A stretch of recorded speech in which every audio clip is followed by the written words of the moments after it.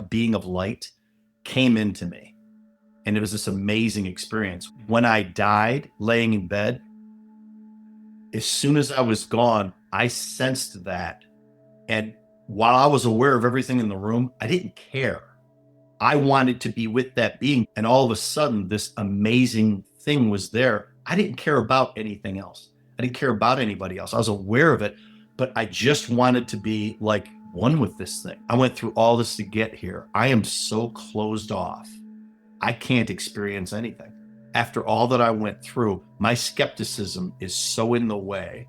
And I had to make a deliberate decision, and it was hard to do, that I'm going to be open to it. And what's the worst that can happen? I'm open to it and I look a fool. Okay, but I'll say I was open to it and I really started considering it.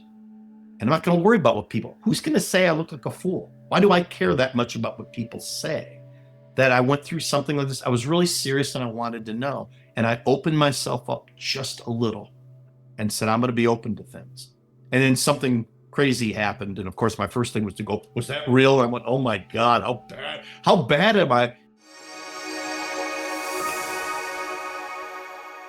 My guest today is Lawrence Halushka, who approaches his life with a bit of skepticism and an engineering mind. But in 1988, he had a mystical experience that completely changed how he saw the world.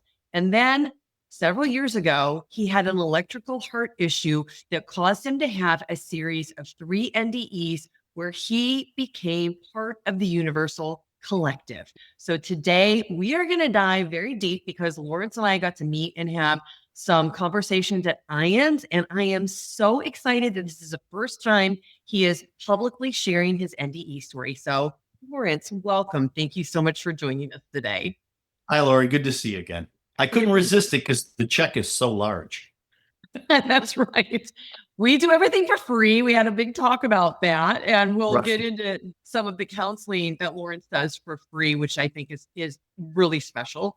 But before we get into that, you had 2 experiences that really shaped you, your NDE and your mystical experience. But I want to start with the NDE so people can get an idea of how large and expansive this was. And then I want to touch back on your mystical experience because you are not a mystical guy. When you meet you're high energy, you're a football coach, you've had a lot of experiences that are completely contrary to what most people would think of when they approach these topics. And it's not something to publicly talk to everybody about. So why don't you share your near-death experience because it changed you so much?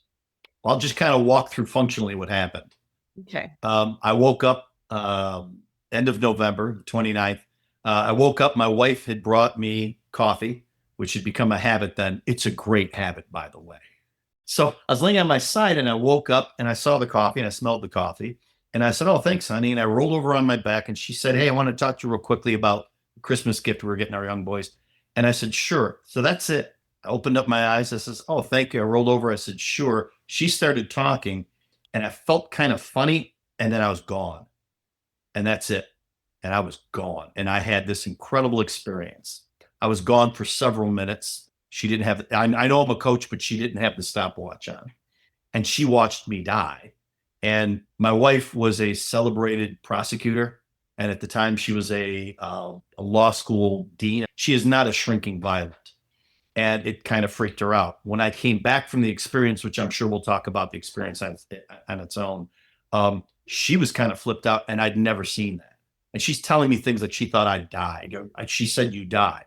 And all I kept saying was, what just happened? Because I couldn't put it in words. So I kept saying, what just happened? What just happened? And she kept saying something about I died. And I thought it was hyperbole, which is not like her. And I'm like, would you just calm down? I want to tell you something. I had this incredible experience. And the experience had been similar, I thought, to something I'd had many years before, a mystic experience of incredible power, right? So I wake up and I'm right in the same spot I was. I didn't think I had died. I didn't feel any pain or anything. And she had seen me die and she had seen that. So she was sure I was dead and I was gone for several minutes. She was screaming and trying to wake me up and all that. So she's like, we're going to the hospital. I'm like, we're not going to the hospital. It's Tuesday. Just let me tell you what happened to me. She insisted, and I was like, I'm not going. I got up and I said, I feel fine. Walked around, did whatever. So she ended up realizing I wasn't going to go, and said she wanted to get ready and shower and all that. And she left the doors open. I had to sit on the bed so she could see me because she was nervous. And she came out and she got all ready and put on her power suit and everything. And I was still sitting on the bed and I laid back down and she came over, was talking to me. It's about 45 minutes or so later, and it happened again. And that one, of course, we only know the timing of the third one because I was in the hospital. The second one was the shortest of them. And when I came back from that, she said it was the same thing. You came back and you kept saying, what just happened? What just happened? Which was me searching for words. There are no words that describe it. There are no words. And after you process this over time and start talking about it, as soon as you talk about it, you're limiting it. And at the time, it was just, I couldn't express it. So I kept saying, what just happened? And on that one, any guy who's been married will know she gave me that look where I could argue with her for 15 minutes and do what she said, or just do what she said. She said, get your shoes on. We're going to the hospital now. And I went, okay, I guess we're going to the hospital. So she drove me to the hospital. They got me all hooked up to a bunch of stuff, put me off on a side room. And I'm in the room with a nurse and my wife. And I hear my wife say, I think it's happening again. And I got that weird feeling in my head. And then I was just gone. And that one I hung around the most for. The other ones I experienced something and was just like gone towards this entity. But that one, I remember the nurse swearing and jumping across my body, and she hit something on the wall, a button. She coded me and kind of shoved my wife Lisa out of the way. And people came running in. They grabbed the gurney. They're taking it out. Somebody was pushing on my chest. Somebody was trying to get a defibrillator going. And I went around and I came back again. Now, the problem that I had with my heart, that bizarre electrical thing, one of the things about it is there's no way for them to bring you back because your electricity shuts down. So they can't defib you. There's nothing to get going to work with the electricity. They can't Pulp Fiction, adrenaline shot you. They said, we have no idea how to bring anybody back. They can't do it. And they hadn't seen somebody who had been gone as long as I was gone, especially 3 times. But the third time I came back, and my primary concern, which tells you what a meathead I am, was to tell my wife, I'm a hockey goalie, was to tell my wife to tell the guys I probably won't be in net on Thursday. That was my primary concern, which anybody who plays hockey will say goalies. And then they started wheeling me back, and I asked the doctor, are we going back for some more tests? And he goes, no, you're being admitted to cardiac ICU. And I remember I reached out and I grabbed the wall and I stopped the gurney. And I thought, I'm not getting admitted. And the doctor looked at me, and I'm grateful it was an ER doctor at that low affect. He's seen it before. He looked at me and he goes, buddy, you just flatlined for 45 seconds. You're getting admitted to cardiac ICU. And the way he said it, just with that cool, he wasn't trying to be kind or anything. He just said it. And that was the first time it hit me. Did that just happen? I mean, you don't think something like that's going to, I've never met anybody who that happened to. I heard about Raymond Moody's NDEs and all that, and I'd had mystical experiences that were pretty severe. And I thought that's all that it was. And then I thought, wait a minute, did I just meet that being outside? This doctor's saying I died. And he's clearly not lying. And he's not trying to pat me on the head. That was the first time I realized that I had died. That plus it was so overwhelmingly peaceful. The transition for me was so peaceful and so painless. It was amazing. And I was so caught up in it after the first 2 that the third one, it was just this incredible, wonderful experience with a little darkness in it, as a matter of fact. But that was it. And then they said the only thing they could do was test to see that it's not something else. And they call it pacemaker therapy. They put a pacemaker in me. So there's an electrode that's now wired into that part of my heart, that cluster of cells, and it reads every heartbeat. And when it misses, it fires. And it's like 10% of the time it's doing it now. And it's only when it's at the low beats. So that's the medical story and the process of what happened for my NDEs. Okay. So we covered all the medical. Okay. And that's great, because I think sometimes when people watch these, they like the evidential information that somebody truly died, which you have because you were in the hospital. But the more, I think, interesting part about all this is when you left your body. So why don't you explain in, I know, the lack of words that we have to try and categorize this so people can understand, but do your best. It's hard for me to not describe it without describing what had happened to me in Yugoslavia in 88. Because I had something, this being that people describe, it's a terrible description, but it's the best description I've heard, is being like a being of light came into me. And it was this amazing experience. Well, when I died laying in bed, as soon as I was gone, I sensed that. And while I was aware of everything in the room, I didn't care. I wanted to be with that being because it had been, what's 1988 to 2016? But that's what, like 22 years, 24 years, something like that. That's a long time between. And all of a sudden, this amazing thing was there. I didn't care about anything else. I didn't care about anybody else. I was aware of it, but I just wanted to be like one with this thing. I'd spoken about it to several people. My very best friend, Dale, was with me in Yugoslavia when it happened, and we talked about it. And here I was having this experience again. So all I wanted to do was be near this being. But then I became aware of these other beings that were around me. And a bunch of things I became aware of all at once. And I just wanted to stay in it. And it was speaking to me. It had shown. It's funny, you hear about the life review.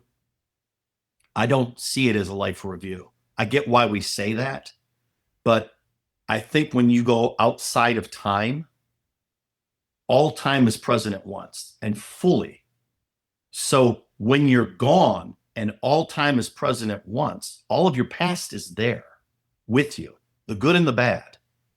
When you come back here, you go, my life flashed before me. No, it didn't. It was all present at once. I don't think it ever goes away. Now, growing up, I thought, people talked about it. And I, heard the stuff coming out of Raymond Moody's book about, life reviews. And it made sense with what we grew up in, United States, the Christian idea of you die, you get judged at some point. There's a movie that plays and there's somebody sitting there going, really, really, that's what you decided. And you go, I'm sorry. And then you go to some detention center and it's bad for a little while. And then off you go and they give you a harp and off you go. And I found that's not it. You have your whole being and your whole time and all of you with you all the time, the good and the bad. And it stays with you for forever. But when you come back into this limited version, you can't do that anymore because we're limited by what this thing can process and what the back of your brain picks up from your senses. And we're limited. One of the gifts that I found that I've had since I came back was that at points, I'm actually given the gift of being exactly back in different parts of my life. I remember exactly who I was, what was important to me, but I also have, you've probably heard this from other people telling you about their NDEs, this awareness of the other people that were in there, what they were thinking, the effect that it had, all of that, plus what you had. You smell the smells, you hear all the extra sounds. But to be able to remember who you were at those different points is interesting because we change so much. And it's like I get to own those parts of me again. And the dreams that I had. And I look at my life now and you appreciate things so much more. Another thing that I've learned from that was the first 2 times I died and came back is the exact same spot where I woke up this morning. And the first time I came home from the hospital and they had my arm incapacitated because they didn't want to pull anything out. And I turned to get to the bed and I went, wait a minute. And all of a sudden I thought, do we have to sell the house? Do we have to move to another room? Are we going to have to move the furniture to some bizarre angle? Because do I want to sleep there? And I have found, I just said, to hell with it. I went and laid down. I have found that it is the place I go more than anywhere else. When I want to just think, I don't even think about it. I just find myself up there in that place. When I started having these things that are called interior locutions, they started there. It's like that place holds something for me where I can connect so much better that when I have something I'm really thinking on, I do a lot of pacing. I'll find myself going up there, laying down, and my white German Shepherd Aldo will come up right next to me. That was another weird thing. He's a very well-trained German Shepherd. When I died, when I came back the first time, he was licking me like crazy. You know, you've seen dogs when they lose a pup, they'll be licking it to get it back. My dog has not stopped. I have to, he's really well trained, but I can't get him to stop licking me. And he's always licking my foot or licking my arm or something. So the weird things that have come out of that one place have become really special. I've been able to, it's almost like this sounds goofy, but like a temporal connection with what had happened to me. And every once in a while, I will have one of those interior locutions, and you can't control them. I don't sit down to have one, they'll just happen. And it's like a perfect communication. I have an idea right now I'm trying to tell you. I'm pretty good with words. I try to get it to you. I don't know how much you're paying attention to me. You got something else going on. What you're trying to think of the next question or something, but it's got to get through all that for this idea to get out of my transmitter into your receptor and into your brain. If I could just pull it out like Dumbledore did in Harry Potter, where they just pull that thing out and put it in the, what was it, the pen, whatever that thing was called. Pensive. Pensive. That's what it was. Thank you. If I could just pull it out and give it to you, pure communication, that's what it's like, interior locution. And some people actually hear words. They're like, hear a voice. A friend of mine can hear a voice. Let's go back to the near-death experiences, because you had 3 of them. Can you discern and define the differences between each one of those 3? Because they were a little different each time for you. The second one, I almost can't. I almost can't, because when you go outside of time and back in, it just screws you up like crazy. To go outside and back in again was bizarre. And the second one was so short. I don't know how long it was. The first one was several minutes. The second one, I don't know, but it was shorter than the third one. And the third one, the doctor said 45 seconds, but it was actually 35 seconds because I had the printout. But the second one,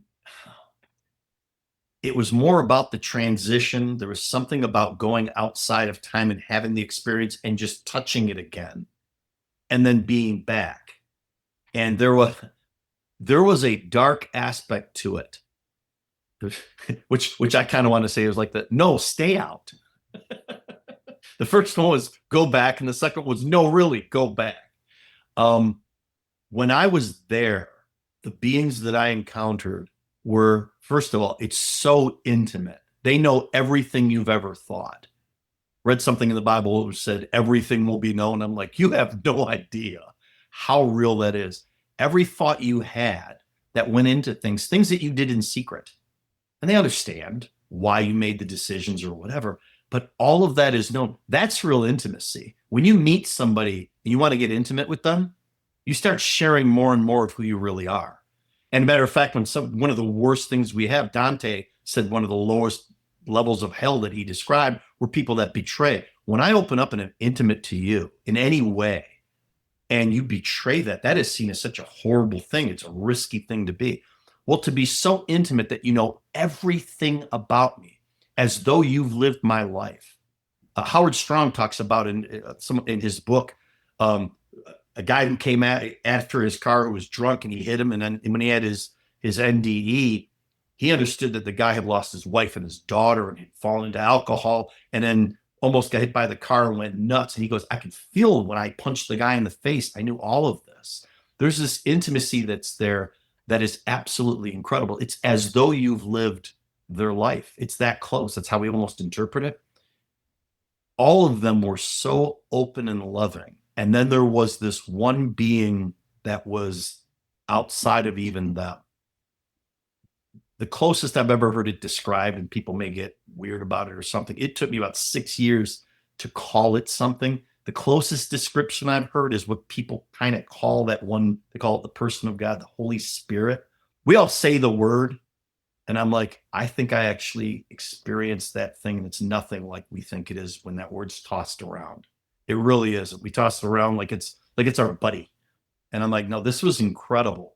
But the intimacy that it had was incredible. And I found I couldn't return it. I couldn't accept it all because there were parts of me that just weren't, for lack of a better word, perfected. And I couldn't receive it. either something was wrong or I'd hesitated on something with myself. It wasn't there.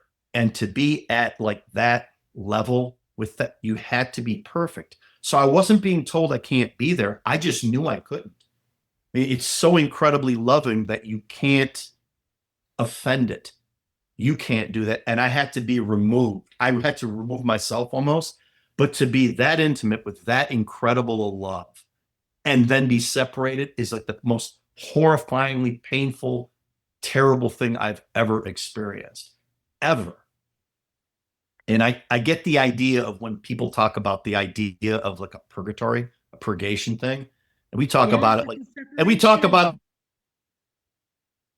like you're going, like you're going to be in detention, it'll be really bad. And I'm like, it's so horrible. Everything you have, think of all the things you need to change to be a better person. Hey, there he is. I All the know. things you have to change to be to be a better. Mine's going to push in now because he's going to hear him. To be a better She's like, it's person, playtime. we have time to do that here, and it's hard. How about if all of that was hitting you at once? It's excruciating. And that was sort of the best I can describe the experience. And that was the second one that I had. That was the feeling I got. And then I was back. I want to add something in right here. I had an experience on the other side where I was engulfed within what I call source. And you just used one of the words I've used to describe it. It was excruciating ecstasy. Yeah. Yeah. Yeah. I grew up Catholic. I think you did. Say that again? Did you grow up Catholic? No. What were you? Um, a combination of Methodist and Presbyterian, I would say. Oh, that's got to shake up weird in the vial. But it was only like because we would visit the grandparents and we would go to Christmas right, and Easter, right, that kind of, yeah, right. that kind Well, of. the idea that I had, because I grew up Catholic, of like the purgatory thing. It's nothing.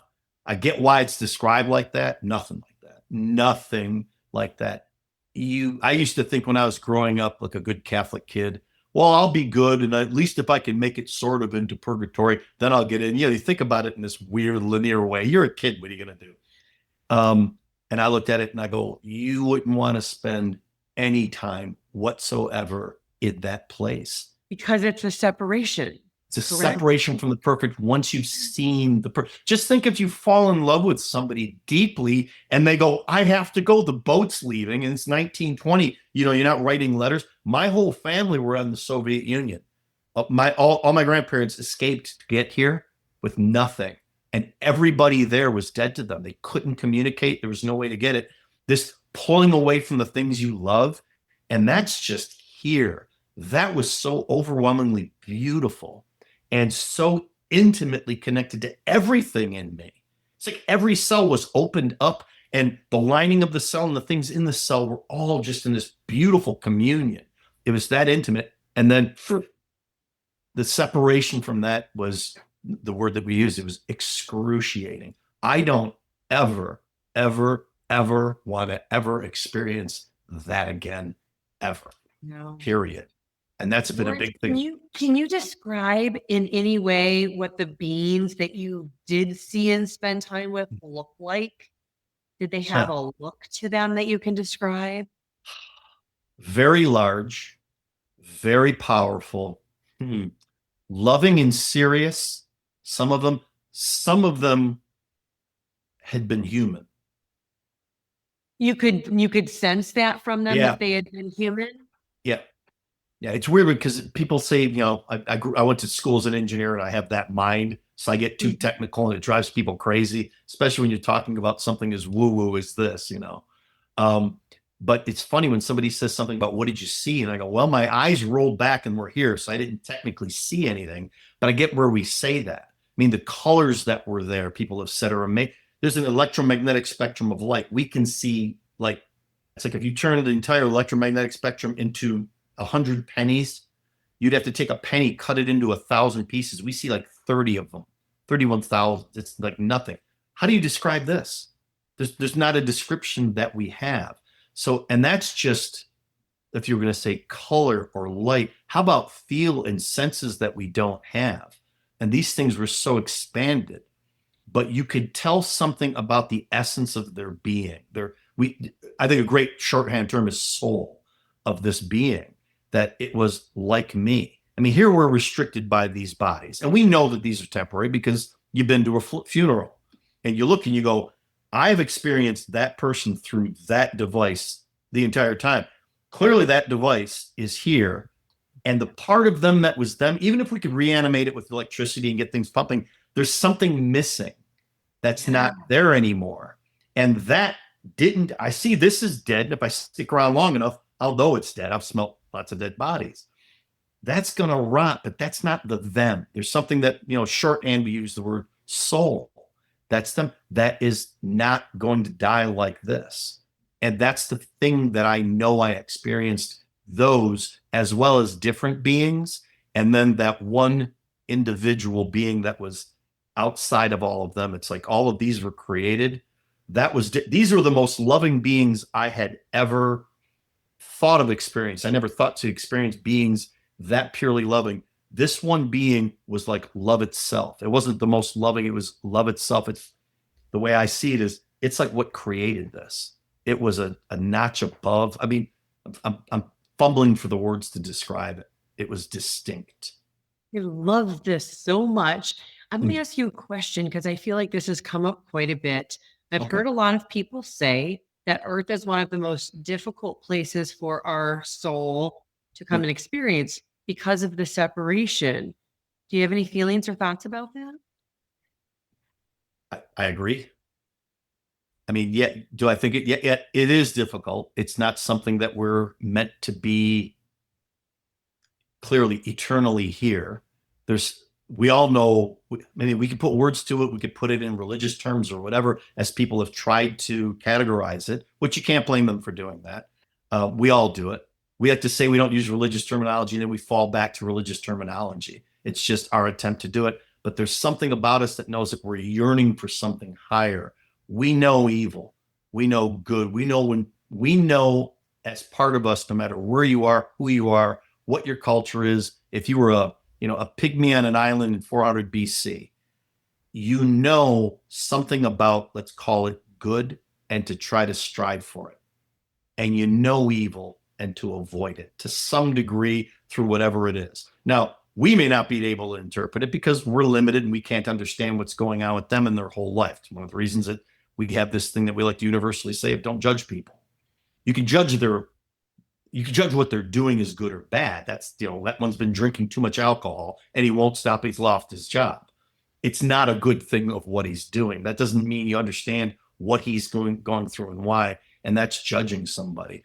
But we all have that quality of knowing a certain amount of right or wrong. Whatever created us has this relationship.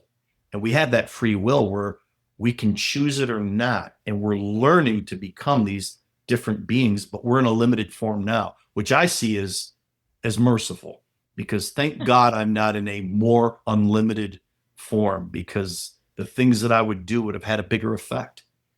And I'm glad I'm kind of trapped in time, because even while the waves of the decisions that I've made, small and large, have an effect, I can do something to try to blunt it. Things that I did wrong before. You can't take it back, but I can do something to try to make amends for it as best I can. The classic word for that is repenting. And I'm like, yeah, I can. And that changes who I am. I can do that in this limited sphere that we're in, this place that we live. But when you pass on and you're in that place, you don't have this limited thing. It's very obvious you are what you are. And that's a tough thing to have to live with. And it's like, I'd rather do it here. As hard as this is, I'm not saying this is easy. This is really hard. And I've been around a lot of the really hard stuff, working in lockup, buddies of mine who special forces who've been in horrible situations, war and in bad areas of this world, buddies of mine who are cops or on SWAT teams have seen the ugliest of things. There's a lot of bad things that are out there, and it has an effect on you, but the decisions we make and what we can do when we're in those situations changes us. And it's like the harder they are, the more you change or you go dark. one or the other. Mm. Think about how close you get to somebody, how intimate you can get with somebody. There's a power in there where, boy, you could really get hurt the bigger the risk you take. Less of a risk, that stunk. What a jerk. But somebody intimate to you, what happens to you, it just rips you out, and you can do the same. And I think that forms sort of who we are and part of why we're here, in my view. Well, I want to ask you something related to that. So you're in this place with these magnificent beings that at this point in time are the most loving you've ever experienced. And you know that they know every single thought, action, deed, good or bad, that you have done in your life. And now you come back. How does knowing that, having that knowledge, this isn't faith, this is the actual experience of that. How did that change how you conducted yourself once you came back? I came back, and the first thing I did is I punched my mother-in-law in the face, from what I learned. I'm just joking. I had to throw a mother-in-law joke. I'm sure she appreciated that. Well, she's passed now, so I don't know what she means. I don't know what she means. I don't know what she means. Boy, how did it change me? It took me a long time to process it. Time, I was so screwed up with time for months afterwards. Like right now, it's like what, like 8:30. If you had asked, Yeah. something like that, my time on the Eastern time.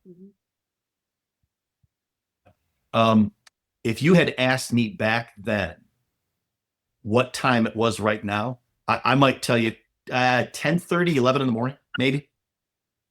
Or I could tell you Fortnite, and you'd be like, you're not even close. And I would be shocked to hear what time it was. It would be like that, when you're put out for surgery and you wake up 5 hours later and you just blinked, and you're at the end of the day and you feel weird. It was like that all the time. I was so screwed up with time for the longest time. And then it happened November 29th. And they put this pacemaker in me, and they said, we don't want you to move your arm.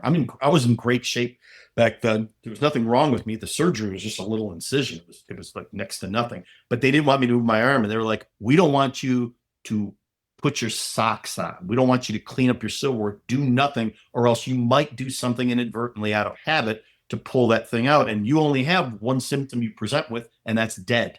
So we don't want you to do anything. So for the next month, I literally couldn't do anything. Kids would go to school. My wife would go to work, and I'd have coffee or something. And I sat there, and it was a beautiful Michigan winter for that whole Christmas season.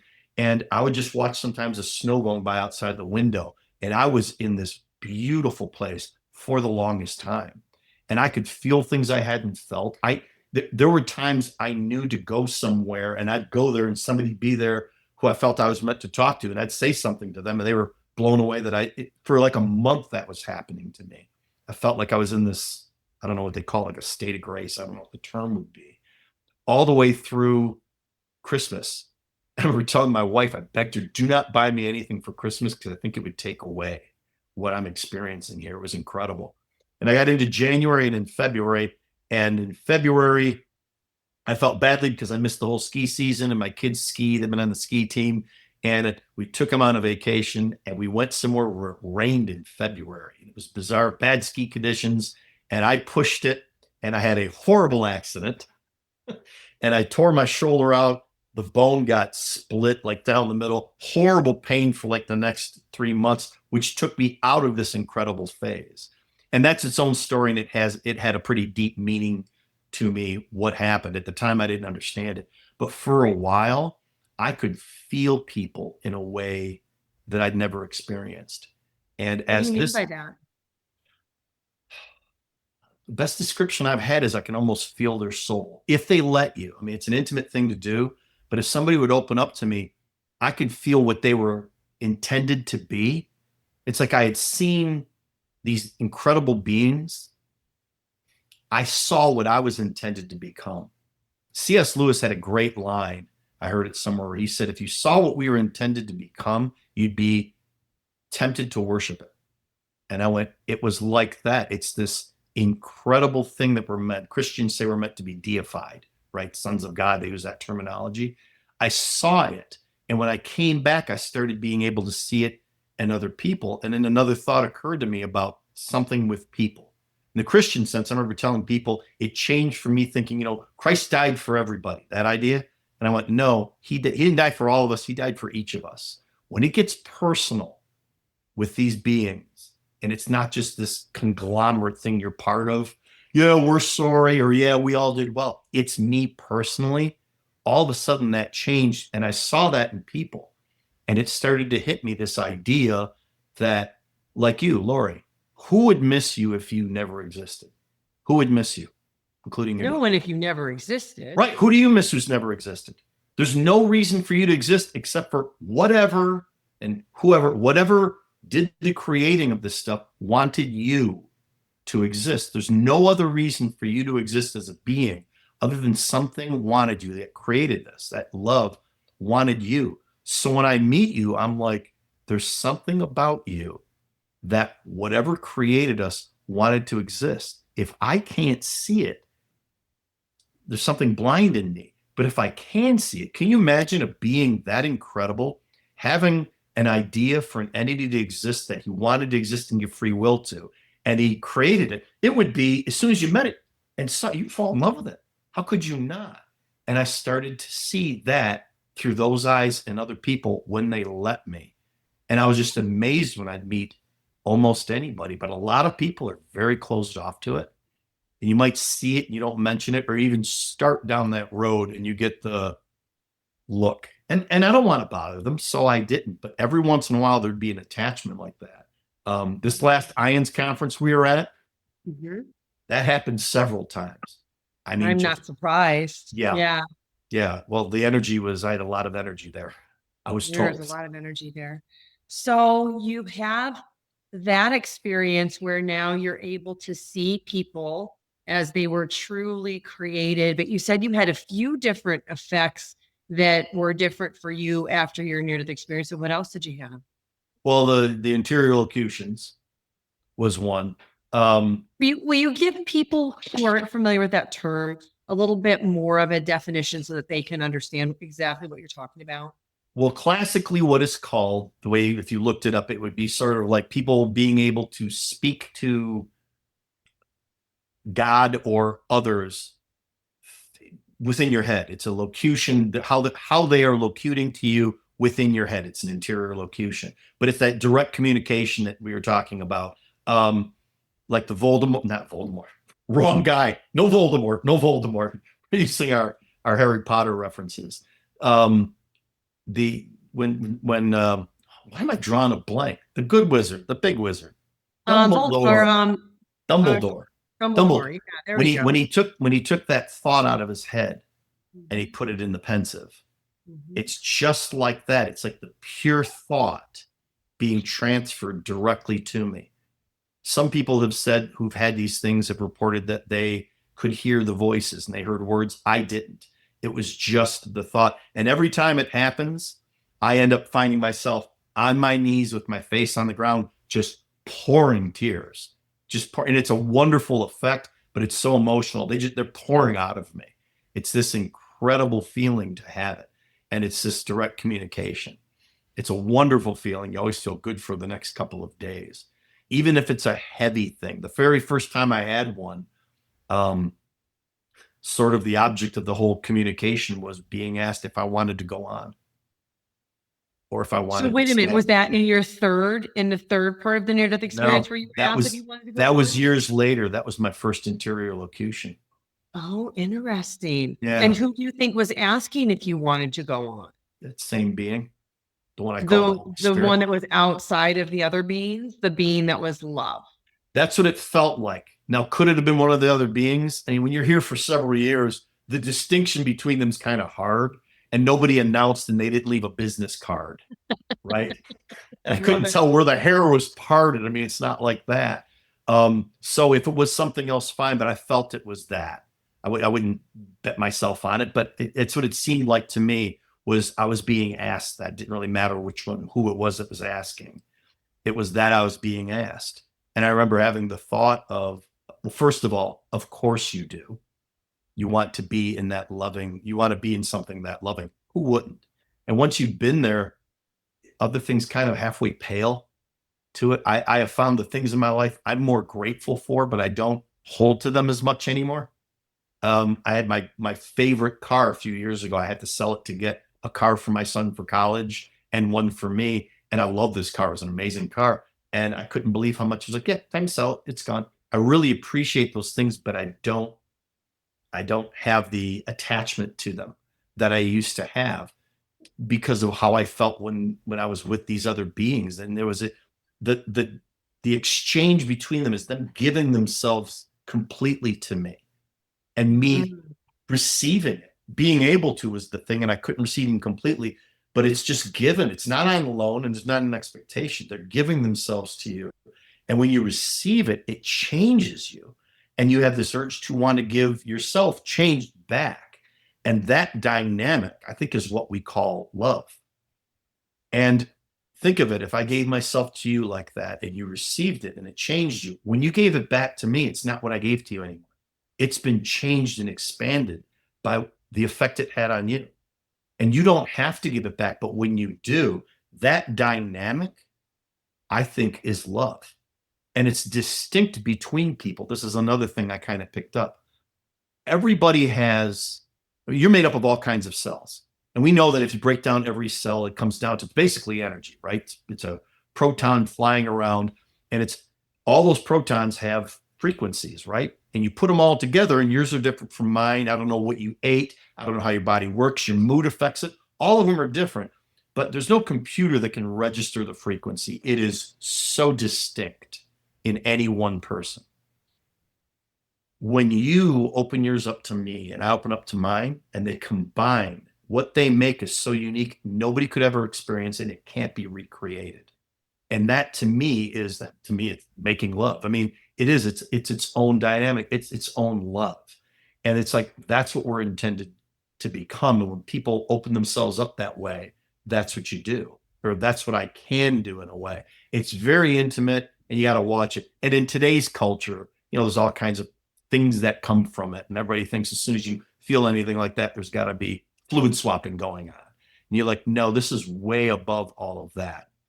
When those beings asked me if I wanted to go on, I thought, yeah, I hope I've learned to love enough in the years that I've been here that I can go there now. And then I thought about it and I went, how about the people that are here? I mean, I won't miss them too much because when you're gone, you're gone. But I went, wait a minute, they're going to be there. And I'm going to have to explain why I didn't love them more. So that And if you had chosen to stay on the other side and not come back? Yeah. So that I could feel that, I'm going to leave them when I haven't done what I could do. Now, I can't do what they could do because you're not unlimited or not as unlimited as we would be. But I thought, I haven't done what I can here. And I went, I can't go yet. I can't go yet. If I'm be true to myself, I can't go yet. And it was like, okay. And that's when I started realizing these other gifts was about that far afterwards. And I started reaching back to people who'd been in my life from way back, who had meant a lot to me, and I'd fallen out with them for one reason or another, just time, distance, whatever. And I started reaching back. And that's an odd thing to do. And not everybody wants you to reach back to. And that's fine. But I felt I had to do what I could. And it changed relationships that I had with people in some significant, significant ways by doing that. And I'm like, I'm glad I stayed. Of course, I'd rather be gone, but that was a significant thing that happened since then. So since time is different, I think, and you got to experience the difference in time that most humans don't ever get to experience. Yeah. One of the things that people have said a lot is time is so different, and because it's all happening on the other side and it's linear here, that when you're on the other side and somebody leaves this earth, they feel like they saw you yesterday and they're going to see you tomorrow, yet you feel like you've gone on for 50 years. Did you Yeah. have any sense of that with time when you came back? Yes. Yeah. I mean, when I was gone, it felt like so much longer than you're used to here. But if you look at what time is here, I think Augustine wrote on it first back in like third, fourth century. First time anybody really talked about it. It's turned into the basis for how we have quantum, the understanding of quantum now. And it's like, what is time? And time is just anything that changed. I mean, if a molecule was, and then there was any distinction in it, that's time. And we have a way that we kind of measure it here. So, we talk about things before time. What was before time? Before there was anything that changed at all in this physical world. And now science is starting to say, Big Bang and everything. At some point, it energy infused, which couldn't have been part of it from something else. And we have what we have here. So you could read what the intentions of that energy were or whatever in the creation that's been here. But time started from there, and we have a way that we're used to it progressing here. And it's in a linear fashion because we're limited by it. Well, when you're outside of it, the experience of time is completely different. So there's not really a past and a future. It sounds weird, and you start to lose it when you talk in this dimension because there are no words for discussing it.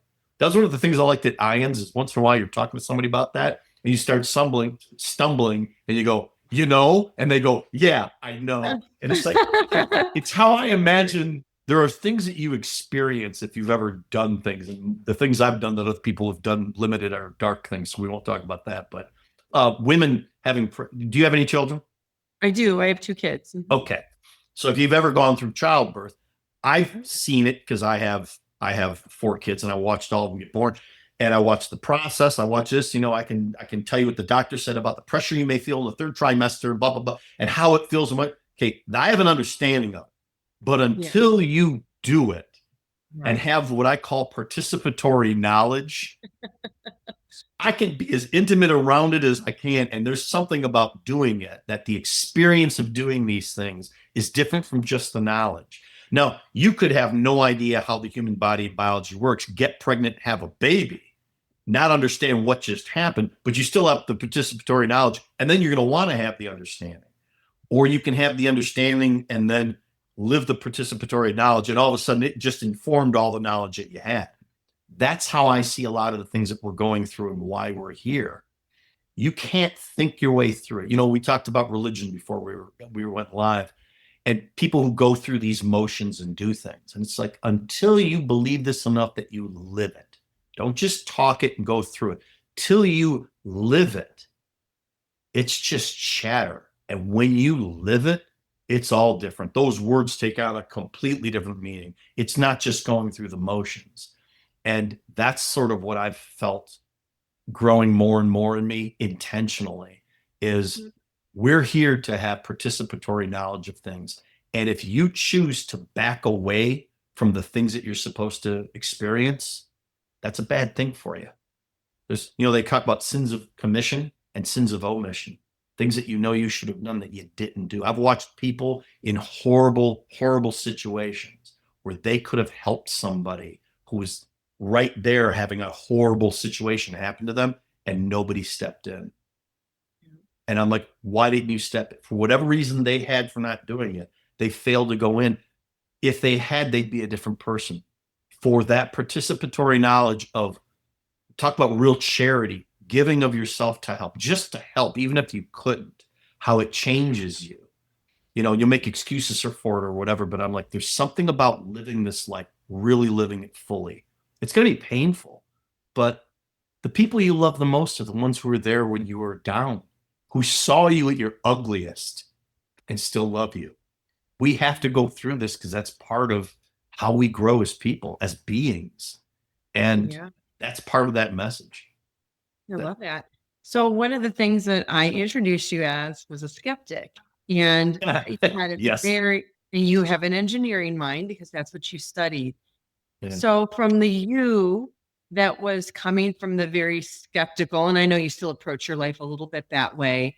One of the things I think that happens on a channel like this is that people tune in because they haven't quite made up their mind. Is there something on the other side? Is there something more? And they watch these and explore them from that very skeptical angle, trying to discern what feels or seems right, making sense of maybe why we're here. Yeah. What would you say to somebody like that who's watching? The first time I had in '88 when I had mystic Mystical experience. experience. It was surrounding something that was happening in Yugoslavia. And I'm going to say the name of the place just because I know when they have to put this whole thing to words, I want them to have to figure out how to spell the village of Medjugorje, which is in now Bosnia.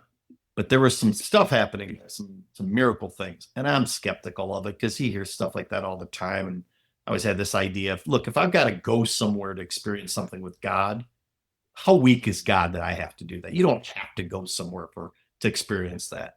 Well, I found out through that experience that happened to me that there's another side of that coin, which is, but if you're supposed to go somewhere, you don't even need to know why. When you know to go somewhere, go.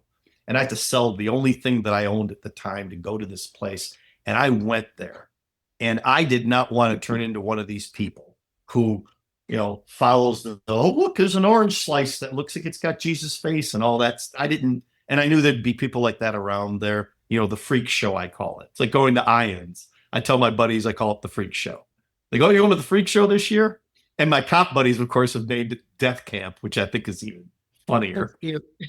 but it sounds like a bunch of cops. But I went to this place and I was there and I was I'm not going to buy into this. I'm not going to buy into this. I'm not going to get suckered into this.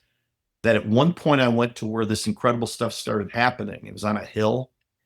And I was sitting there and I became aware of the fact that I could have been sitting on any damned hill in my neighborhood.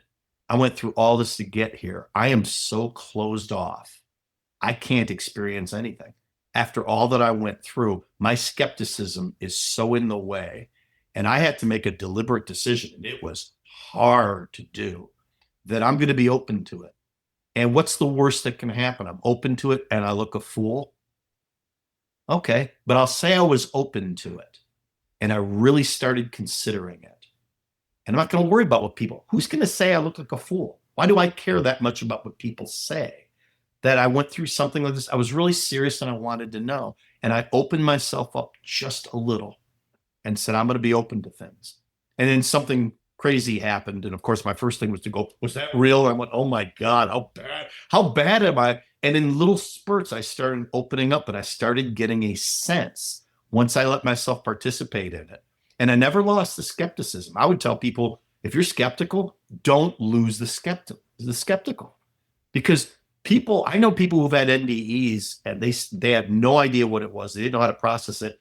And then they start putting words to it, right? They start taking it out of its impossible to describe and they start pigeonholing it. And now they say, this is all it was. And they get lost in some of the woo-woo. I don't know the journey they're going on. I don't know where they are and how they're going through things. But I watch it sometimes because I don't want to believe everything that everybody says. Keep a healthy skepticism. But it's not healthy skepticism when you won't open up to anything. You're not living. And that's what I found. I'm still skeptical. Yeah, I have my engineering background. I went to school for engineering and then psychology. And then after my NDEs, I actually spent a couple of years at a seminary. I've always loved digging into theology, but I wanted to get into the real dry, dust off the books that are covered in dust that have thee and thou and all that in there. And I thought, this is going to be interesting. I ended up loving it.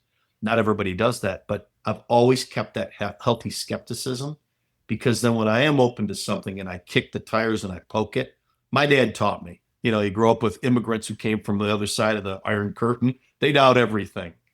It's like, poke holes in any theory. If it survives, you got a good theory. Don't be afraid to poke holes in it. I don't want to hear something from somebody and it sounds so warm and snuggly that I just want to accept it. Because when it hits the real world and I lean at it like a belief, I want it to be real. And to the degree that I keep poking at it, I'm gonna believe it more and I'm gonna own it more. It's like, if you don't do that, you'll never believe a damn thing. What kind of life is that? It's like, if you don't do that, you'll never believe a damn thing. What kind of life is that? So don't lose your skepticism, but be a little open to these things.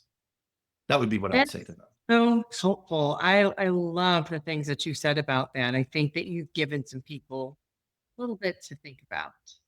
I hope so. Probably angered a couple too. No, I don't think so. After having these experiences, having a kind of a dual life where you've been skeptical and engineering, but had these mystical and near-death experiences, what do you want people to know? What do you think is important to know? Oh boy.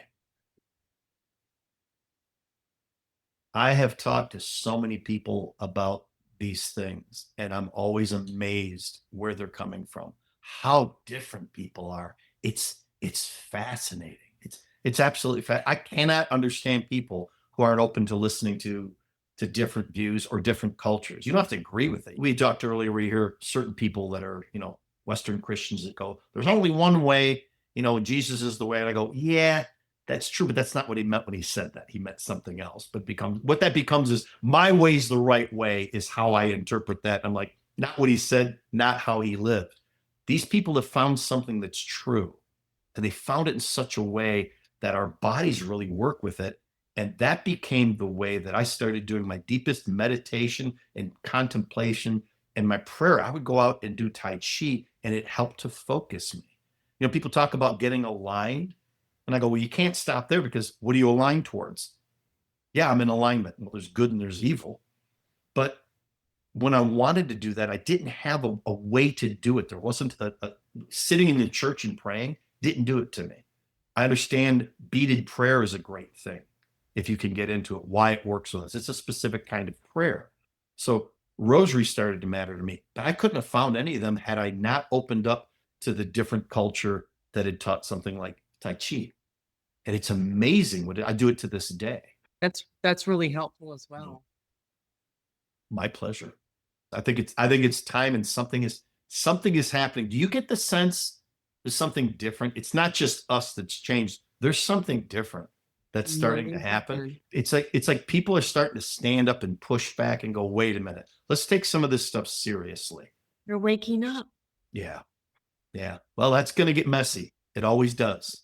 It always does, but that's a good thing. So, Lawrence, I would imagine that people who are watching are going to want to connect with you, and you have a new podcast that you're starting, and you also do some counseling. So do you want to share a little bit about how people could work with you if they wanted to? Well, the best way to get a hold of me, the website's still under construction, but it's revelate.com, which is REVELATAE.com. And they could send me a note that way.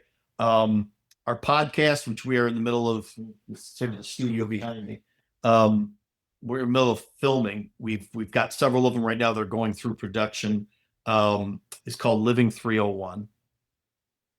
So if they want to start looking for those coming out, I'm sure it'll be probably a couple months until we release it. Right now it's October 1st. That's 2025. Yeah. So I don't know if it'll be, November, December. I know a lot of times my production team, I've got a local production team and a production team out in California. A lot of times they like to wait till after the new year, because people like to look for new things after the new year. So they'll probably wait to do it then. They want to have like 6 or 8 in the can. But if they wanted to platform, are you talking about YouTube? Are you talking about Spotify, Apple? What do you? This is why I hired a production team, because they're the ones that are deciding. I'm sure it'll be on all of them. They're working on the shorts and everything. They just finished the music, and we decided to do this as a full production thing. But also through Revelate. If they want, you could send me an email at lawrence@revelate.com, REVELATAE.com. If they wanted to reach out to me, and I'll get back to them for sure if they do that, while everything's under construction. Okay, I'll put that all in the show notes. Thank you. Well, Lawrence, I feel so honored to be able to be the one that gets to take your experience and introduce it to the world. I am so grateful to have a conversation like this. It truly feeds my soul. I am so glad I got to meet you in Chicago this year. That was absolutely wonderful. I met you for my 60th birthday. You did. Oh, well. I want to thank you for what you are doing to help wake up the collective. We all know how much it is needed right now. Yeah, it is. It's okay. And of course, this show is absolutely nothing without those of you who tune in to watch, listen, comment. I appreciate you. So thank you for watching. Oh, I appreciate anybody who wanted to watch this thing. Thank you so much. Thank you, Laurie.